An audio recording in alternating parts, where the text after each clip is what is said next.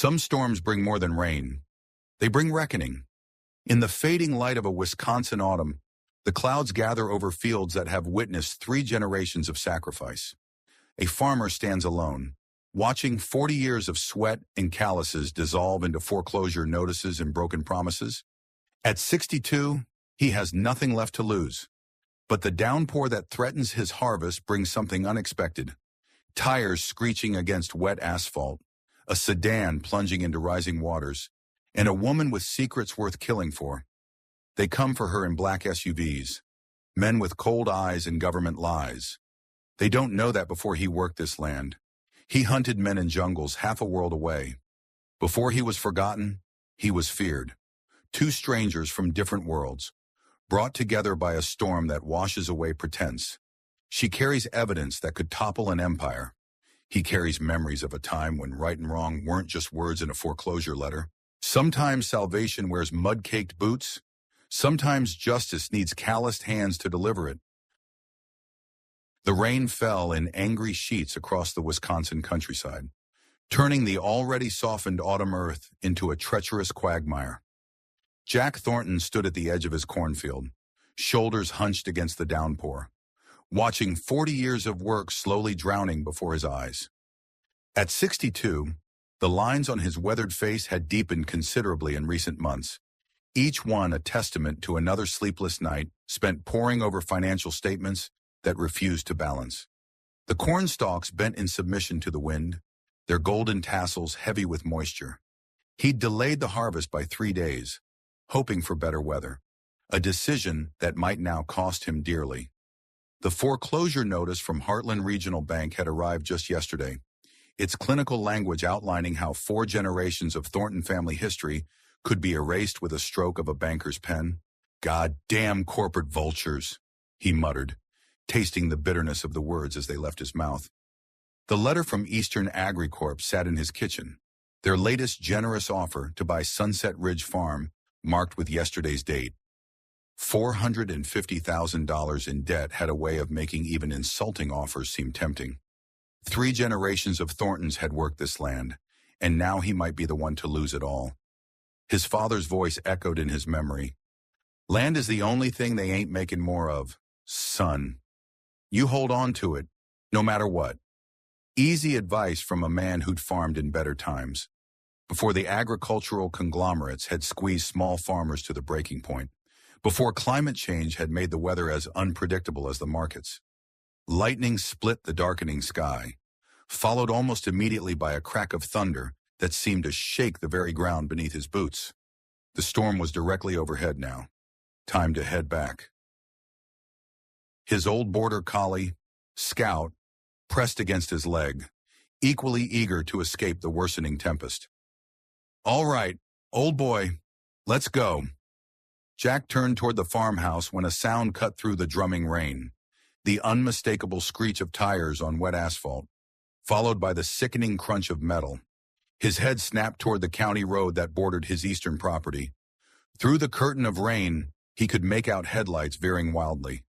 Then a car plunging off the road and into the drainage ditch that separated his land from the highway. Without hesitation, Jack broke into a run, Scout at his heels. Age might have slowed him somewhat, but 40 years of farm work had kept him stronger than most men his age. His knees protested war injuries from another lifetime, compounded by decades of physical labor. But he pushed through the pain, a lifetime of putting necessity before comfort, guiding his movements. He reached the drainage ditch in time to see the sedan sinking nose first into the rapidly rising water, its tail lights still glowing red through the murk. The ditch, normally just a shallow trough, had transformed into a fast-moving stream under the torrential downpour. "Hello, anyone in there?" he shouted, already splashing into the water. The driver's side window was cracked but intact. Through it, Jack could see a woman slumped over the steering wheel, a trickle of blood running down her forehead. The water was rising fast, already reaching the bottom of the door. Jack tugged at the door handle. Locked. He pounded on the window. "Ma'am, wake up!" The woman stirred slightly but didn't regain consciousness. The water level crept higher, now seeping into the vehicle through the damaged body seams. Jack looked around desperately for something to break the window, finding nothing but soft earth and water. Muscle memory from another lifetime took over. Jack's elbow smashed through the window in one practice movement, the safety glass crumbling away. He reached through, unlocked the door, and wrenched it open against the pressure of the rising water.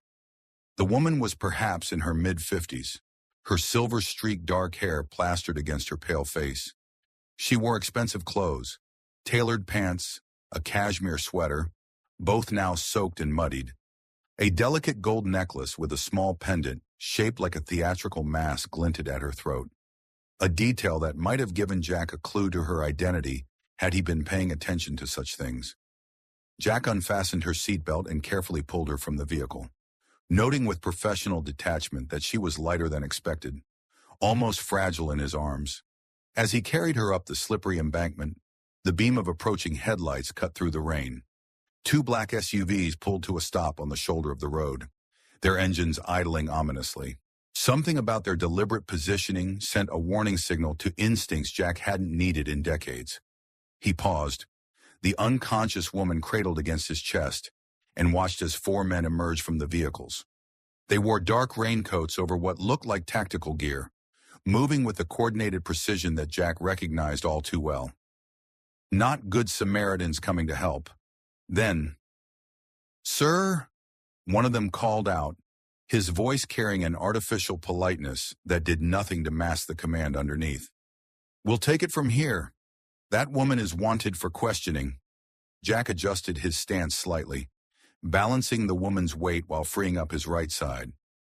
"You fellas with the sheriff's department," he called back, already knowing the answer. The leader's hesitation was brief but telling. "Federal agents, hand her over now. No badges displayed, no proper identification offered." Jack had spent enough time with genuine law enforcement during his years on the county board to know these men were not federal agents of any kind. The rain pounded harder, visibility dropping further as the storm intensified. Lightning illuminated the scene in flashes, giving it a surreal, staccato quality that reminded Jack of combat photography from his war days. "Well now, seeing as she's injured, I think the hospital is the proper place for her," Jack replied, projecting a country simplicity he hadn't genuinely possessed since before Vietnam. "You boys can question her once the doctors have had a look." Two of the men began advancing toward him. Scout growled, hackles raised despite the soaking rain. "This is not a negotiation," the leader said, all pretense of politeness gone. "Give us the woman." Jack had exactly one advantage. They wanted the woman alive, which meant they couldn't risk shooting. He, on the other hand, had nothing to lose but his own life, which at this point didn't seem worth all that much anyway. "Scout, home!" he commanded sharply. The border collie hesitated only a moment before turning and racing toward the farmhouse. "Good dog. No sense in both of them dying out here." The first man reached Jack, hands outstretched to take the woman. In one fluid motion that belied his age, Jack pivoted, using the man's own momentum to send him face first into the muddy embankment. The move sent a jolt of pain through his bad knee, a reminder of the shrapnel he still carried from Da Nang. The second attacker was more cautious, circling slightly. "You're making a mistake, old man," he warned, hand moving toward his waistband. "Wouldn't be my first," Jack replied grimly. The man lunged. Jack sidestepped as best he could while carrying the woman, but age and the awkward burden slowed him. A fist connected with his ribs, sending a bolt of pain through his side. But the military training of his youth, reinforced by decades of hard farm labor, hadn't entirely abandoned him. Jack's boot found his attacker's knee with brutal precision, accompanied by a sickening crack. The man went down with a howl of pain. The other two were advancing now, and Jack knew he couldn't fight them all while protecting the unconscious woman. Instead, he turned and ran toward the tree line that bordered his property. Not toward the farmhouse where they would surely look first, but toward the old hunting cabin his father had built deep in the woods. He'd maintained it over the years out of respect for his father's memory, though he rarely used it for actual hunting anymore. His boots sank into the mud with each step, making his progress slower and more laborious than he would have liked. The woman's weight, light as she was, began to tell on muscles that hadn't been called to such urgent action in years. The pounding rain reduced visibility to mere feet, which worked both for and against him, hard to follow, but also hard to navigate. The men shouted behind him, their voices nearly drowned out by the storm. Jack pushed through the pain in his side, grateful for his knowledge of the terrain. The darkness and rain would work in his favor, as would the thick underbrush that separated his cornfields from the forest beyond. Few people knew these woods as he did. Every game trail, every creek bed, every fallen log that could trip up a pursuer. By the time he reached the shelter of the trees, his lungs were burning, and the woman felt impossibly heavy in his arms. But the sounds of pursuit had faded somewhat, giving him a momentary advantage. Jack followed a barely visible path, moving as quickly and quietly as possible through the darkened forest. The rain continued its relentless assault, dripping through the canopy above. But at least the trees provided some shelter from the worst of it. A flash of lightning illuminated the woods briefly, giving Jack his bearings. The cabin was still a quarter-mile ahead, tucked into a small clearing beside a stream that was likely overflowing its banks in this downpour. He adjusted his course slightly, using an old oak tree split by lightning years ago as a landmark. His mind, trained by war to remain analytical even in crisis, cataloged the situation while his body pushed forward automatically. Unknown woman, unconscious. Professional pursuers, likely private security or mercenaries given their equipment and tactics. No identification shown, which meant whatever they were doing wasn't officially sanctioned. The woman herself was expensively dressed, well-groomed despite her current state. Someone with means then. Someone important enough to warrant a professional recovery team. After 20 minutes of careful progress, the small cabin came into view, a simple structure of weathered logs with a stone chimney rising from one end. Jack had always kept it stocked with basic supplies for hunting trips or the occasional ice fishing expedition. Now, he was grateful for that habit of preparedness. He managed to get the door open without dropping his burden, then gently laid the woman on the small cot against one wall. She remained unconscious, though her breathing seemed regular. The cut on her forehead had mostly stopped bleeding, but would need cleaning. Jack quickly closed and bolted the door, then moved to the windows, drawing the heavy curtains against any searching eyes. Only then did he allow himself a moment to catch his breath, leaning against the rough-hewn table as his side throbbed in protest. He was getting too old for this kind of excitement. The cabin was cold and dark. Jack moved with practiced efficiency, lighting the oil lamps that hung from hooks in the ceiling, then kneeling at the stone fireplace to build a fire. All the while, he kept glancing at the mysterious woman on the cot, wondering what kind of trouble he'd just invited into his life. Once the fire was crackling in the grate, casting a warm glow throughout the small space, Jack turned his full attention to his unexpected guest. In the better light, he could see that her face was bruised in places that had nothing to do with the car accident, older contusions in various stages of healing. The realization stirred something dark and angry inside him, memories of his own mother's face bearing similar marks before his father finally drank himself to death. She was beautiful, in a mature, dignified way that had nothing to do with the artificial standards of youth-obsessed culture. Her face bore the lines of experience, of a life fully lived, which only enhanced rather than diminished her natural elegance.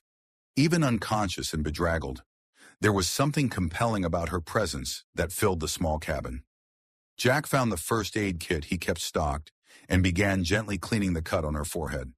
As he worked, the woman's eyes fluttered open, eyes of a striking amber color that seemed to catch and hold the firelight. For a moment, confusion clouded her gaze. Then fear replaced it as she jerked away from his touch. "Easy now," Jack said, keeping his voice low and calming, the same tone he used with injured animals. "You're safe. Your car went off the road in the storm." The woman's eyes darted around the cabin, taking in her surroundings with quick intelligence. "Where am I? Who are you?" Her voice was hoarse but carried a clear, almost musical quality that seemed at odds with her current disheveled state. Name's Jack Thornton. This is my hunting cabin. My farm's about a mile that way, he gestured vaguely. Found you unconscious after your car went into the ditch. Brought you here because... He hesitated, unsure how to explain the men who had pursued them. Because they found me, she finished for him, her expression hardening. The men in the black SUVs? Jack nodded slowly. Claimed to be federal agents. Weren't showing badges, though, and they seemed mighty eager to get their hands on you. He paused, studying her face. Want to tell me why that might be? The woman pushed herself up to a sitting position, wincing slightly. She touched the cut on her forehead gingerly, then looked at the blood on her fingertips with detached interest, as if cataloging just another inconvenience in what had clearly been a string of them. My name is Beth, she said after a moment, the lie transparent in her hesitation. And the less you know, the safer you'll be. I should go. I've already put you in danger. She attempted to stand but swayed dangerously, forcing her to sit back down. Not going anywhere in this storm, Jack said firmly. And those men are still out there looking. Besides, you might have a concussion. They'll find me, she insisted, a note of genuine fear in her voice. They always do. Not here, they won't, Jack replied with quiet certainty. Nobody knows about this place except me and my daughter, and she's in New York City. We can stay here tonight, then figure out your next move in the morning. Thunder boomed directly overhead, as if nature itself was emphasizing his point. The cabin walls seemed to vibrate with the force of it. The woman, Beth, regarded him with wary calculation, clearly weighing her limited options. Finally, she nodded, a small gesture of surrender to circumstance. Please, she said, her voice dropping to barely above a whisper. Don't call the police. I promise I'll be gone tomorrow. Jack studied her for a long moment. Every sensible part of him knew he should report this. The accident, the suspicious men, all of it. But something in her eyes, a familiar kind of desperation he'd seen in combat, made him nod in agreement. All right, no police tonight, but I think you owe me some kind of explanation. She looked down at her hands, elegant fingers twisting together in a gesture of anxiety that seemed at odds with her otherwise composed demeanor. I made a terrible mistake, she said softly. I trusted the wrong person. I'm running from my ex-husband, she said after a moment, offering a partial truth that Jack suspected wasn't the whole story. He's connected, powerful. The police can't help me. As if to punctuate her statement, thunder cracked overhead, and the rain intensified, drumming against the cabin roof with renewed fury. Jack moved to add another log to the fire, giving her a moment of privacy to collect herself. You should rest, he said finally. There's food in the cupboard. Water from the pump out back is clean enough to drink. Bathroom's just an outhouse. I'm afraid, but it's sturdy. We'll figure things out in the morning. She looked at him with a mixture of wariness and something like wonder. I don't understand. Most people would have handed me over or called the authorities immediately. Why are you helping me? She asked, genuine confusion in her voice. You don't know me. I could be dangerous. Jack almost smiled at that. Despite the obvious intelligence in her eyes, this woman with her delicate build and refined manner was about as threatening as Scout in his current arthritic state. Let's just say I've seen enough in my lifetime to know when someone needs help. Not questions, he replied. Then, more pragmatically, there's a change of clothes in that trunk. My daughter's, from when she used to come hunting with me. They might be a bit small, but they're dry. With that, he moved to the window, carefully peering around the edge of the curtain. The storm showed no signs of abating. The forest around them transformed into a dripping, black void punctuated by occasional flashes of lightning. Good. The weather would keep those men from mounting an effective search, at least for tonight. When he turned back, Beth was examining the clothes from the trunk, a flannel shirt, jeans, and a heavy cable-knit sweater. I'll step outside while you change, Jack offered, reaching for his rain jacket. Need to check if there's any sign of our friends? She nodded gratefully, and Jack slipped out into the downpour, standing under the small overhang that sheltered the cabin's entrance. The cold rain helped clear his head as he considered the situation. He was harboring a woman clearly in serious trouble, possibly running from the law, definitely running from dangerous men. At his age, with his farm on the verge of foreclosure, he didn't need complications. The sensible thing would be to escort her to the sheriff's office in the morning, let the proper authorities sort it out. Jack thought of his late wife Caroline, of her unwavering belief in doing what was right rather than what was easy. She dragged him to church every Sunday for 40 years, not because she was particularly religious, but because she believed in the importance of community and moral compass. What would she make of this situation, of this woman with her expensive clothes and obvious secrets? But Jack had never been particularly sensible when it came to standing by while someone suffered. It had gotten him into trouble in Vietnam, standing up for villagers when his commanding officers ordered otherwise. It had caused him headaches on the county board when he opposed developments that would hurt small farmers. And it had created tension with Rachel, his daughter, who couldn't understand why he wouldn't just sell the failing farm and move somewhere more comfortable. Stubborn as a mule, Caroline had always said, though usually with an affectionate smile that took the sting out of the words.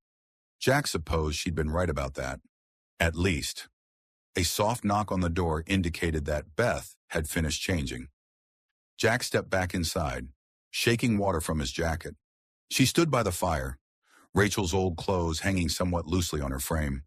With her face cleaned of mud and her hair pushed back, there was something naggingly familiar about her features, though Jack couldn't quite place it. The clothes transformed her from sophisticated urbanite to something more approachable, though she still carried herself with an innate elegance that no amount of flannel could disguise. "Thank you for the clothes," she said, gesturing to the mud-soaked garments she'd folded neatly on a chair. "And for everything else." Jack nodded, moving to the small kitchenette area to put on a pot of coffee. "Those men," he said without preamble, "they've been looking for you specifically, haven't they?" This wasn't random. Her shoulders tensed, but she nodded. "Yes. Your ex-husband sent them. In a manner of speaking," she replied carefully. "He has resources." Jack had known men with resources in his time, the kind of men who believed money could buy anything, including people. "Must be quite a fellow," he said neutrally, measuring coffee grounds into the percolator. "You have no idea," she murmured, almost to herself, as she raised her arm to push back her hair. The sleeve of the flannel shirt slid down, revealing a pattern of bruises on her forearm, fingerprints pressed into the skin, the kind that came from being grabbed with excessive force. She quickly pulled the sleeve down when she noticed his gaze, but not before Jack had seen enough to fuel his growing anger. "Those from the car accident?" he asked, already knowing the answer. She didn't bother lying. "No." Jack set the percolator on the small propane stove with more force than necessary. "Man who puts his hands on a woman that way isn't much of a man at all." "No," she agreed quietly. "He isn't." They fell into silence as the coffee began to perk, filling the cabin with its rich aroma. Outside, the storm continued unabated, nature's fury providing cover for them both. Jack found 2 mugs, chipped but clean, and poured the coffee when it was ready. "Sugar," he offered. "Black is fine," she replied, accepting the mug with both hands, as if drawing warmth from the ceramic. Jack settled into the chair opposite her, his body reminding him of the day's exertions with various aches and twinges. The fire crackled in the grate, casting dancing shadows across the cabin's interior. "You have a lovely farm," she said after a while, breaking the silence. "I noticed it before the accident. The red barn, the white farmhouse. It looked like something from a painting." Jack snorted softly. "Looks better at a distance. I expect, up close, you'd see the paint peeling on the barn and the roof that needs replacing on the house. Still," she insisted, "there's something special about it, a feeling of permanence." "Been in my family for 3 generations, Jack said, a note of pride creeping into his voice despite his best efforts. My grandfather bought it after World War II with his service pay. My father expanded it in the 70s. Now it's mine. He didn't add for now, though the thought hung in the air, unspoken. You live there alone? She asked carefully. Just me and Scout, my border collie, Jack replied. My wife, Caroline, passed 5 years ago. Cancer. My daughter, Rachel. She's in New York, works for some big marketing firm, comes home for Christmas, usually. I'm sorry about your wife, she said, genuine sympathy in her voice. Jack nodded his acknowledgement. What about you? Any family besides the ex? A shadow crossed her face. No children. Thankfully, he would have used them against me. My parents are gone. I have a sister in California, but we're not close. Alone then, Jack observed. Very, she agreed, a wry smile touching her lips briefly. They fell silent again, two strangers sharing a moment of unexpected connection in the midst of chaos. Jack found himself studying her surreptitiously, the graceful way she held herself, the thoughtful intelligence in her eyes, the hint of strength beneath the fear. Despite her current circumstances, this was a woman accustomed to commanding attention, to being listened to. What did you do before? Jack gestured vaguely, letting the question hang in the air. Beth hesitated, clearly calculating how much to reveal. I was in the arts, she said finally. Theater, primarily. It explained the poise, the careful diction. Jack nodded, not pressing for details she was clearly reluctant to provide. And you, she asked, always a farmer?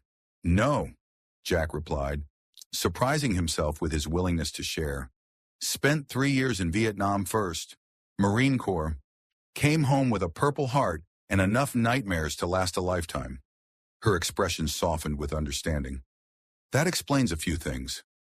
Like what? Like how you handled those men back there, and why you didn't hesitate to help a stranger in trouble. Jack shrugged, uncomfortable with the implied praise. Did what anyone would do. No, she said with quiet certainty. Not anyone. Most people would have driven past or called the police. They wouldn't have fought off armed men or carried an unconscious woman through the woods in a storm. Military training, Jack said dismissively. Becomes instinct after a while. It's more than training, she insisted. It's character. Jack felt unaccountably touched by her assessment, simple as it was. Coming from this elegant stranger, with her careful words and watchful eyes, it felt like a compliment worth receiving. You should get some rest, he said eventually, noticing the exhaustion evident in the slump of her shoulders. Take the cot. I'll keep watch for a while. She looked like she wanted to protest but was too tired to make the effort. Wake me if you hear anything, she insisted. I will, Jack promised, though he had already decided to let her sleep unless there was immediate danger. He watched as she settled onto the cot, pulling the worn quilt up around her shoulders. Within minutes, her breathing had deepened into the rhythm of sleep, the lines of worry temporarily smoothed from her face. Jack added another log to the fire, then moved to the window, carefully peering out at the storm-lashed forest. He had no illusions about the danger they might be in. Men like the ones he'd encountered didn't give up easily, especially when they were being paid to do a job. Come morning, they would need to move, but for now, the storm was their ally. As he settled back into his chair, wincing at the bruise forming on his ribs, Jack wondered just what he had gotten himself into. At his age, with his responsibilities, the last thing he needed was to be harboring a woman running from powerful, dangerous men. And yet, looking at her sleeping form, he couldn't bring himself to regret his decision. Some instinct, honed by years of watching for subtle changes in weather, in crops, in animals, told him there was more to her story than she was sharing. The bruises suggested an abusive relationship?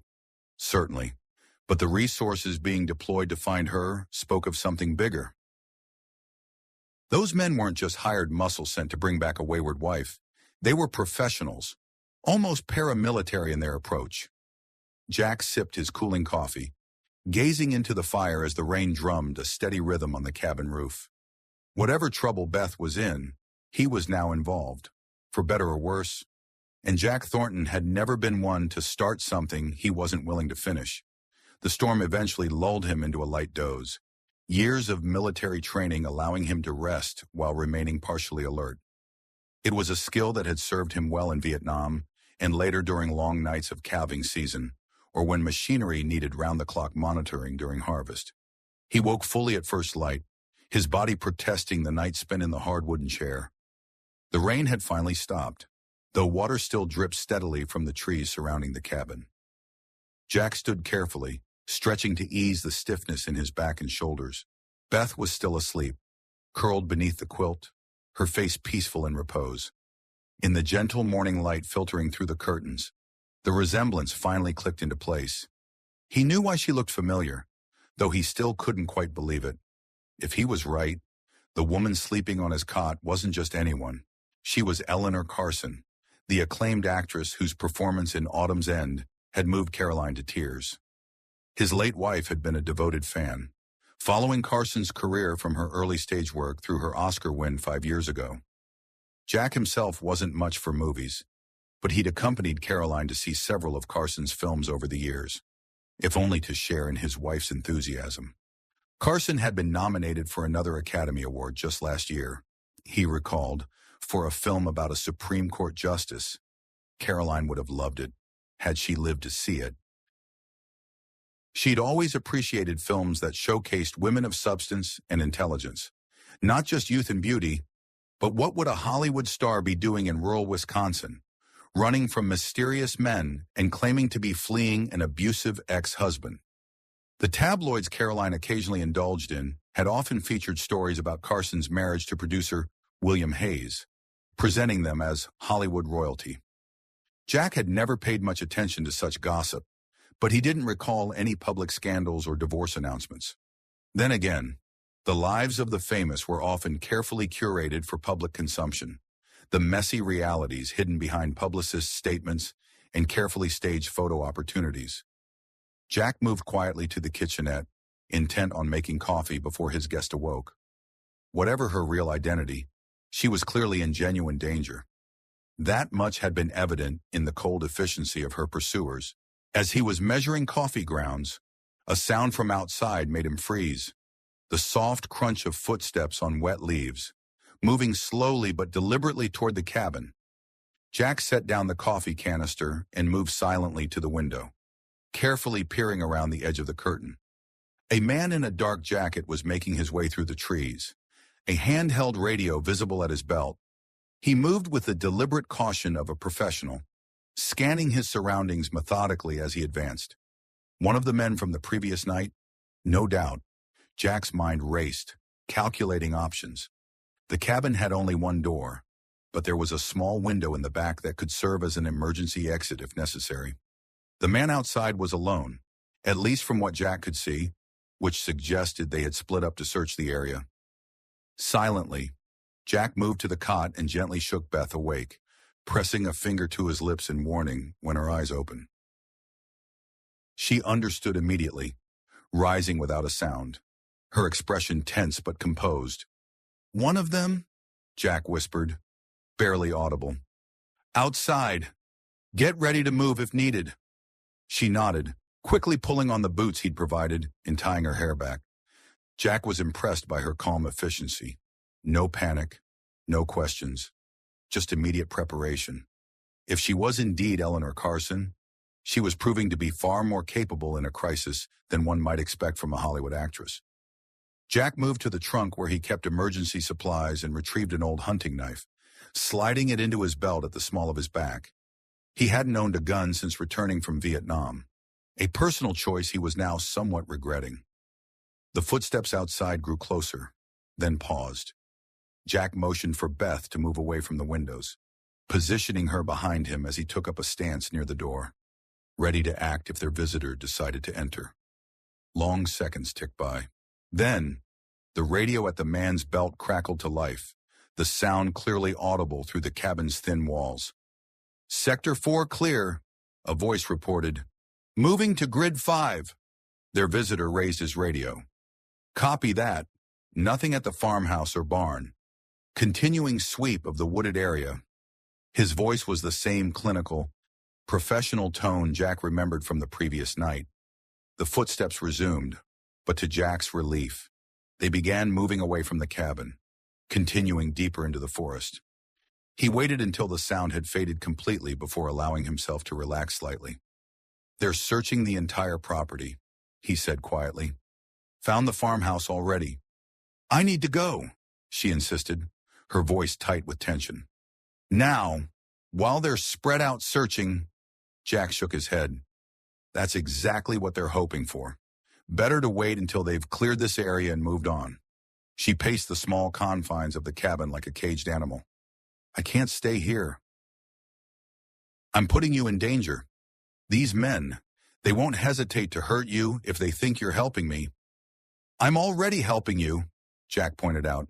That ship sailed when I pulled you from that car. Now we need to be smart about our next move. She stopped pacing, fixing him with a direct gaze. You don't understand what's at stake here. Then enlighten me, Jack challenged, starting with who you really are. Ms. Carson? Her eyes widened in surprise, then narrowed with calculation. How long have you known? Just figured it out this morning, Jack admitted. My late wife was a fan of yours. Saw most of your films. Eleanor Carson, for it was indeed her, sighed, shoulders slumping slightly. I suppose I should have expected to be recognized eventually. What I can't figure, Jack continued, is why Eleanor Carson is running from armed men through rural Wisconsin, claiming to be fleeing an abusive ex-husband. Last I heard, you were still married to that producer fellow. William Hayes, she supplied, her voice taking on a harder edge. And yes, technically we're still married, though divorce papers have been filed. She hesitated, then seemed to make a decision. He's the one who sent those men, not to bring me home for a loving reconciliation. I assure you, Jack's expression darkened. The bruises, Eleanor nodded, unconsciously rubbing her forearm where the fingerprint bruises were hidden by the flannel sleeve. That's part of it. William has always been controlling, demanding, but when I finally stood up to him, threatened to leave publicly, she trailed off, her gaze distant with painful memories. He got physical, Jack finished for her. Yes, though always careful never to mark me where it would show for cameras. The bitter pragmatism in her tone spoke volumes about the calculated nature of the abuse. Jack's estimation of William Hayes, already low, plummeted further. And the police, Eleanor gave a humorless laugh. William Hayes is one of the most powerful men in Hollywood. He has judges, police captains, and politicians on speed dial. He makes seven-figure donations to the Police Benevolent Fund every year. Who do you think they would believe? It was a cynical assessment, but one Jack couldn't entirely dismiss. Money and power had a way of warping justice, even in the supposed land of the free. So you ran, he observed. I had to, she confirmed. But there's more to it than just the abuse. I have something William wants very badly. Something that could destroy him if it became public. Jack raised an eyebrow, waiting for her to continue. Eleanor seemed to debate with herself, then reached into the pocket of the jeans she wore and withdrew a small object, a thumb drive, unremarkable except for what it apparently contained. Evidence, she said simply, not just of what he did to me, but what he's done to dozens of young actresses over the years. Financial records of payoffs and NDAs, security footage from his office and home, testimony from victims who've been too afraid to come forward. Jack's eyes widened slightly as he grasped the implications. You're saying he's a predator, she finished firmly. One who's used his power and influence to silence victims for decades. I started gathering evidence when I realized what was happening, but I needed enough to make sure he couldn't just buy his way out of it. When he discovered what I was doing, she gestured to her bruised arm. That was the final straw. The pieces fell into place for Jack, the desperation of her flight, the resources being deployed to find her, the danger she was in. This wasn't just about an abusive husband trying to control his wife. It was about a powerful man trying to prevent his crimes from being exposed. "Those men outside," Jack said, "they're not just looking for you. They're looking for that." He nodded toward the thumb drive. "Yes," Eleanor confirmed. "I was on my way to meet with federal prosecutors. Real ones. Not the kind those men were pretending to be. I have a contact in the U.S. Attorney's Office who's willing to take the case despite Williams' connections. But Williams' people have been tracking me since I left Los Angeles. I've been staying one step ahead, changing vehicles, using cash only, until yesterday." Jack processed this information, his military training automatically analyzing threat levels and contingencies. "How did they find you?" he asked, a critical piece of the puzzle still missing. Eleanor's expression clouded with frustration. "I'm not sure. I've been so careful. The car was paid for in cash, registered under a false name. I've avoided cameras, kept my head down. The only thing I can think of is—" She trailed off, a realization dawning. "My medication. I had it filled at a pharmacy in Springfield 2 days ago. I used my insurance card without thinking." "What medication?" Jack asked, his tone not judgmental but practical, assessing potential vulnerabilities. Eleanor hesitated only briefly. "I've had anxiety issues since things with William escalated. My doctor prescribed something to help me sleep." Jack nodded grimly. It was the kind of small human error that often proved fatal in combat situations. One moment of automatic behavior, and the carefully constructed cover was blown. "Makes sense," he said. "Most folks don't think about medical records being accessible to those with resources, especially when you're already stressed and not sleeping well." She looked surprised by his understanding, perhaps expecting judgment or criticism for the slip. "I should have known better," she said, angry at herself. "I've been so careful about everything else." "No point beating yourself up about it now," Jack said practically. "What's done is done. The question is, what's the plan now? These men aren't going to give up easily." Eleanor straightened, determination replacing fear in her expression. "I still need to get to Madison. My contact is waiting there. Once the evidence is in official hands, William loses his advantage. He can't silence the entire Justice Department. Madison's about 3 hours from here," Jack calculated, "but we can't take the main roads. They'll be watching." Eleanor caught his use of "we," but didn't comment on it directly. "I can find another way. Perhaps a bus from the next town over." "They'll be watching the bus stations," Jack countered, "and the rental car agencies, and the airports. Men like that, they're thorough." "Then what do you suggest?" There was a challenge in her voice, but also a willingness to listen that Jack appreciated. "I need to go into town," he said after a moment's consideration. "Check in at the farm, see what those men are up to, maybe get some supplies. You stay here, out of sight. I'll come back, and we'll figure out our next move." Eleanor looked like she wanted to argue but seemed to recognize the logic in his suggestion. "All right, but if you're not back by noon, I'm leaving. I can't risk staying in one place too long." Jack nodded, understanding her caution. "Fair enough. Keep the door bolted. Don't make a fire. The smoke would be visible. There's food in the cupboard and water from the pump. If you hear anyone approaching, there's a space under the floorboards in the corner." He pointed to a nearly invisible seam in the wooden floor. "My father built it during the Cold War. Paranoid old man thought the Russians might come looking for him someday." A ghost of a smile touched Eleanor's lips. Seems his paranoia might save his daughter-in-law. The light just surprised Jack, revealing a resilience he admired. Let's hope it doesn't come to that. He gathered a few items, his pocket knife, a small flashlight, a baseball cap to shield his face somewhat, and prepared to leave. At the door, he paused, turning back to Eleanor. "I still don't understand why you're helping me," she said quietly. "This isn't your fight." Jack considered the question seriously. "Maybe I'm tired of watching people with power and money take whatever they want without consequences. Maybe I've got nothing much left to lose anyway. Or maybe he added with the faintest hint of a smile.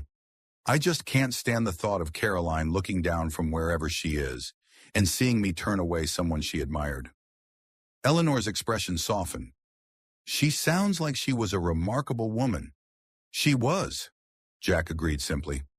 Her favorite film of yours was The Glass Hour. Made me watch it 3 times. Eleanor looked genuinely touched.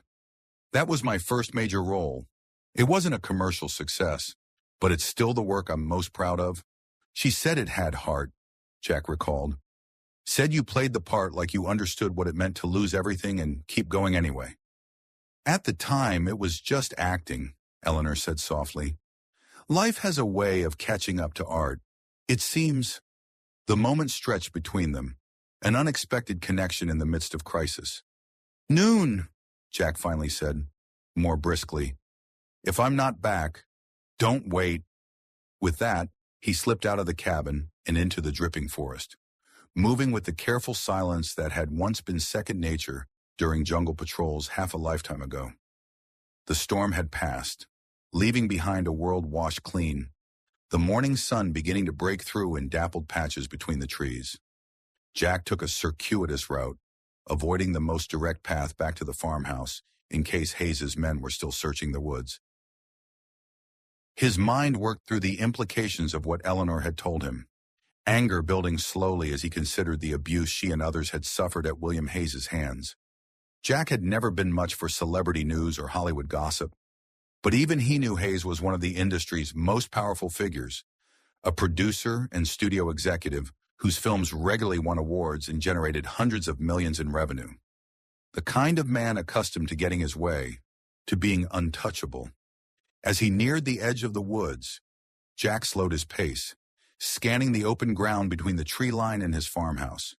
The red barn stood as it always had, solid and dependable against the clearing sky.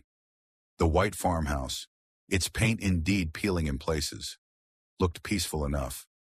His ancient pickup truck was parked where he'd left it yesterday, and there was no sign of the black SUVs from the previous night. But something felt wrong. Scout wasn't in the yard where he should be, greeting the morning with his usual inspection of the property. The farmhouse door stood slightly ajar, though Jack was certain he'd closed it before heading out to check the fields yesterday. He remained at the edge of the trees, watching and waiting. Years of farming had taught him patience. Sometimes the most important thing was to observe before acting. After 10 minutes of careful surveillance, he spotted movement. A man in dark clothing moving past one of the farmhouse windows. They were still here, as he'd suspected, lying in wait. Jack withdrew deeper into the cover of the forest, considering his options. He needed to get to town, to gather information and supplies. But his truck was in plain view of the farmhouse. Using it would immediately alert Hayes's men to his presence. He could go on foot, but the nearest town, Millridge, was 5 miles away. A long walk that would leave Eleanor alone at the cabin for too long. Then he remembered the old ATV he kept in the equipment shed behind the barn. It wasn't ideal for road travel, but it would get him to town faster than walking, and the shed had a rear door that wasn't visible from the farmhouse. Moving carefully around the perimeter of his property, staying within the tree line, Jack made his way toward the back of the barn. The morning had fully broken now, the sun burning away the mist that had settled in the fields overnight. He paused frequently, scanning for any sign of Hayes's men, but they seemed to be concentrating their presence at the farmhouse, likely assuming he would return there eventually. Jack reached the equipment shed without incident and slipped inside through the rear door. The familiar smells of oil, metal, and hay greeted him, the sense of a working farm that had been his life for so long. The ATV sat in the corner, covered with a tarp. Jack hadn't used it in months, but he kept all his equipment maintained out of habit. He checked it quickly, fuel level, tire pressure, battery, then pushed it quietly toward the door. Just as he was about to start the engine, a soft whine from the darkness of the barn caught his attention. Jack turned to find Scout emerging from behind a stack of hay bales, tail wagging hesitantly. "Hey, old boy," Jack whispered, relief flooding through him as he crouched to pet the border collie. "Smart dog, hiding out here." Scout pressed against his leg, clearly disturbed by the strangers who had invaded their home. Jack noticed a small cut on the dog's muzzle, as if he'd been struck or had gotten into a scuffle. The discovery fueled Jack's anger. These men had hurt his dog, invaded his home, and were pursuing a woman who was clearly a victim. The list of grievances was growing. "Stay here," he instructed, pointing to the hay bales. Scout obediently returned to his hiding spot, though his expressive eyes conveyed clear disapproval at being left behind. Jack started the ATV, wincing at the noise of the engine, then quickly guided it out the back door and down a narrow tractor path that led away from the farm toward the county road. He took a roundabout route to avoid being seen from the farmhouse, cutting through the neighbor's field with a mental apology to old Bob Erickson for the trespass. Once on the county road, Jack opened the throttle, the ATV bouncing over the uneven asphalt as he headed toward Millridge. The cool morning air whipped at his face, carrying with it the familiar sense of his world. Rich soil, growing crops, the occasional whiff of dairy cows from the farms he passed. This land was in his blood, had been since his childhood, and the thought of losing it to foreclosure felt like a physical pain. Yet here he was, risking what little he had left to help a woman he barely knew. A Hollywood actress with troubles that should have been worlds away from his simple life.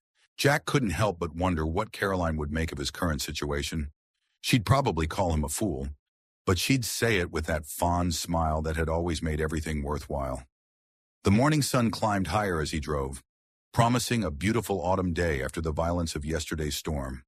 The fields on either side of the road gleamed with moisture, the corn stalks standing tall and golden, ready for harvest. In a normal year, Jack would be focused entirely on getting his crops in before the weather turned, on preparing the farm for winter. Instead, he found himself embroiled in a dangerous situation that felt more like his military past than his farming present. Millridge appeared in the distance, a small town that had seen better days. The main street consisted of a handful of businesses: the general store, a diner, the bank that held his mortgage, a small pharmacy, and various other establishments that somehow survived despite the economic challenges facing rural America. People here knew him, had known his father before him. It was the kind of place where everyone's business was common knowledge, which could be both a blessing and a curse in his current situation. Jack parked the ATV behind Miller's general store, out of sight from the main street. He adjusted his cap lower over his eyes, not out of any real expectation of disguise. In a town this size, and everyone would recognize him anyway, but more as a signal that he wasn't in a chatty mood. The bell above the door jingled as he entered the store. Dan Miller, whose family had owned the place for generations, looked up from behind the counter where he was sorting mail. "Jack," he greeted with the easy familiarity of long acquaintance. "Didn't expect to see you on an ATV. Truck giving you trouble?" "Something like that," Jack replied noncommittally. "Need a few supplies," Dan nodded, returning to his mail sorting as Jack moved through the store, gathering the items he needed. More first aid supplies, some non-perishable food, batteries, a flashlight. As he was selecting a burner phone from a small display, an essential item given the circumstances, Sheriff Mike Holden entered the store. Jack tensed slightly but nodded a greeting to the sheriff, a man he'd known since high school. They'd played football together, had once been close friends, though their paths had diverged over the years. Mike had supported some of the development projects Jack had opposed during his time on the county board, creating a slight coolness in their relationship, but they maintained the outward friendliness expected in a small community. "Jack," Mike acknowledged, his expression unreadable beneath his regulation mustache. "Heard you might have had some excitement out at your place." Jack kept his face neutral as he added the phone to his basket. "That's so. What kind of excitement?" Mike glanced around the store, then jerked his head toward the door. "Got a minute?" Jack followed him outside, his mind racing through possible scenarios. Had Hayes's men contacted local law enforcement? Was Mike already compromised? "Some fellas came by the station this morning," Mike said once they were standing beside his patrol car. "Said they were FBI, looking for a fugitive. Woman wanted for industrial espionage or some such. Claimed she might be in the area. He studied Jack's face carefully. Said they'd already checked with the farms along County Road 27, including yours. Jack maintained his neutral expression. Lot of excitement for Milridge. Thing is, Mike continued, lowering his voice, these boys didn't quite feel right to me. Had the talk, had some kind of badges, but he shrugged. Been sheriff here for 18 years. Met my share of federal agents. These ones felt off. Jack felt a surge of hope at this unexpected development. Perhaps his old friend wasn't as easily fooled as Hayes's men had expected. They mentioned why they thought this fugitive might be around here, he asked casually. Mike nodded. Said she was tracked to this area before they lost her, driving a silver sedan. He paused meaningfully. Like the one that went off the road near your east field during the storm last night. So they knew about the accident. Jack weighed his options carefully. Mike might be genuinely suspicious of Hayes's men, or this could be an attempt to draw Jack out. Road gets treacherous in that kind of rain, Jack commented. Wouldn't be the first accident on that stretch. No, Mike agreed. It wouldn't. He studied Jack for a long moment. These fellas asked specifically about you, Jack. Wanted to know if you'd been into town, who your friends are, that sort of thing. Said it was routine, but he trailed off significantly. Appreciate the heads up, Jack said, making a decision. Mike had been straight with him. He deserved some measure of honesty in return. I'd steer clear of them if I were you. Mike, don't think they're what they claim to be. Mike's eyes narrowed slightly. You in some kind of trouble. Jack, not me, Jack replied carefully. But someone might be, someone who needs help, not FBI agents with questionable credentials. The sheriff absorbed this, his expression thoughtful. These fellows are staying at the Milridge Inn. Got 2 black SUVs in the parking lot. They've been asking around town, showing a photograph. He hesitated, then added, pretty lady, dark hair with some silver in it, green eyes, kind of familiar looking, though I couldn't place her.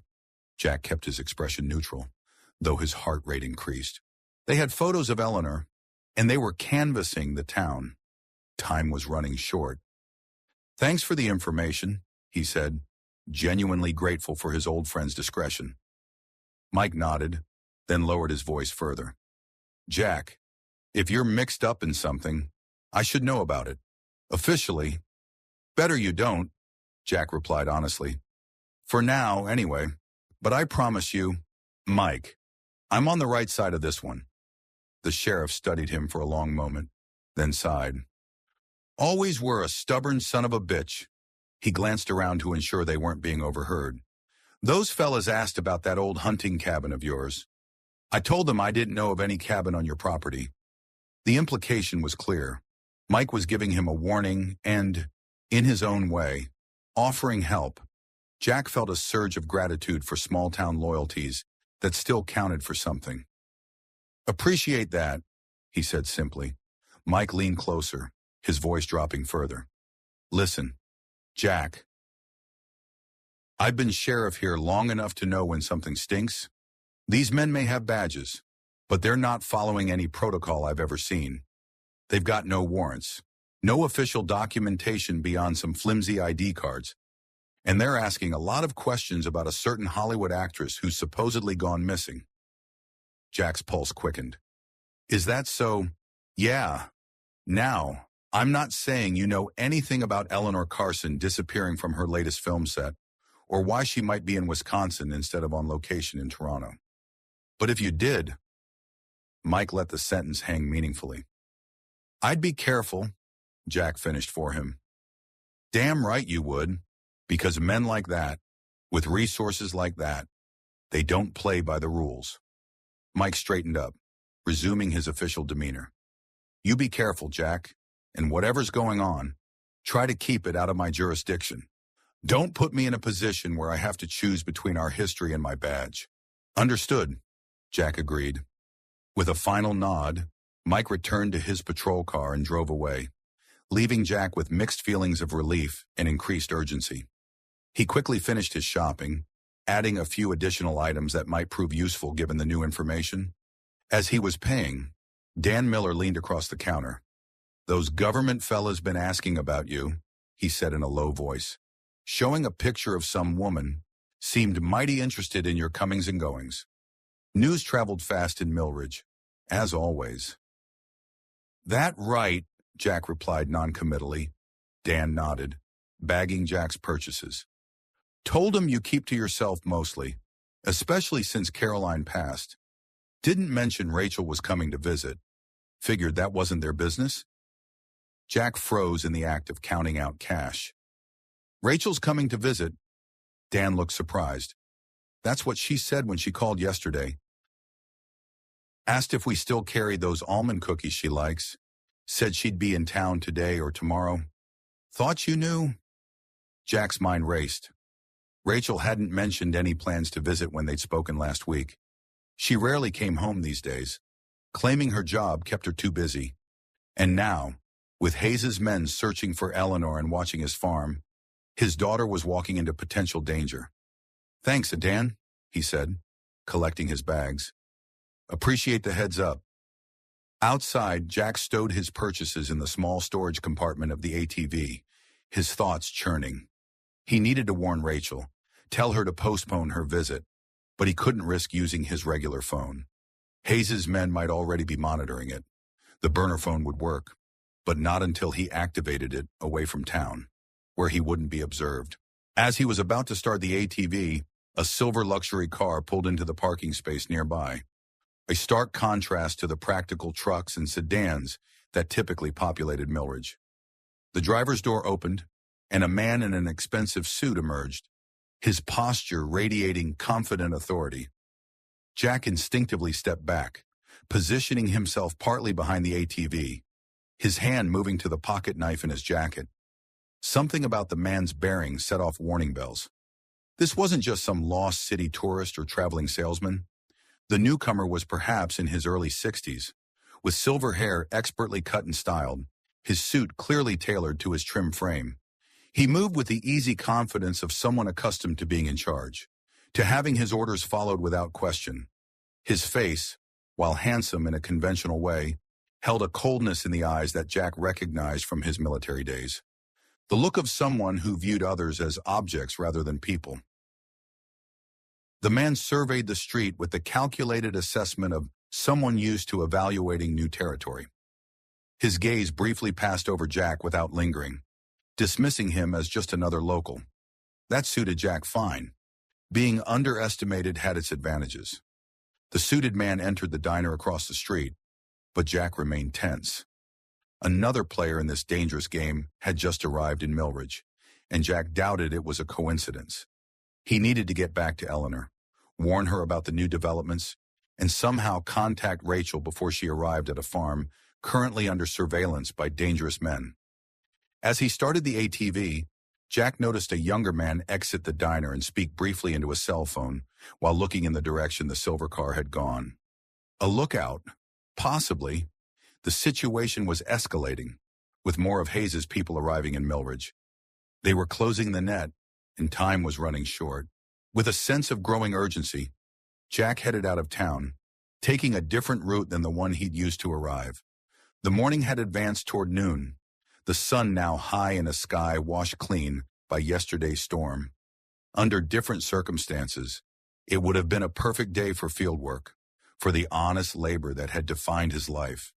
Instead, Jack Thornton found himself in the middle of a dangerous situation more suited to the jungles of Vietnam than the peaceful farmlands of Wisconsin. Yet as he guided the ATV along back roads toward his property, he felt a strange sense of purpose he hadn't experienced in years. Not since Caroline's illness had given him a clear enemy to fight, one that had ultimately proven unbeatable. This time, the enemy was human, corruptible, and fallible. And Jack intended to ensure that William Hayes discovered just how problematic one stubborn old farmer could be when he decided to take a stand. The autumn winds sweep across Sunset Ridge Farm, rustling through corn stalks that stand tall once more. Where floodwater once threatened to drown a legacy, New life takes root. The red barn wears fresh paint now, its weathered boards no longer bearing the weight of impending loss. They called it a scandal in the headlines, how a Hollywood icon and a Vietnam veteran farmer brought down one of the most powerful men in the entertainment industry. They spoke of evidence delivered, of justice served in wood-paneled courtrooms far from these quiet fields. What they didn't tell was how courage looks when it stands in a storm, refusing to bend. How strength is measured not in box office numbers or acres owned, but in the decision to stand between danger and the vulnerable. How two souls from worlds apart recognized in each other something worth fighting for. Eleanor found her voice again, not just on screen but in the halls of power where her testimony changed laws. Jack found purpose beyond survival, his land becoming sanctuary for those who needed shelter from their own storms. In the end, perhaps that's what defines us, not the battles we're forced to fight, but the strangers we choose to protect when the rain falls hardest and the night grows darkest. Some storms wash away, others transform.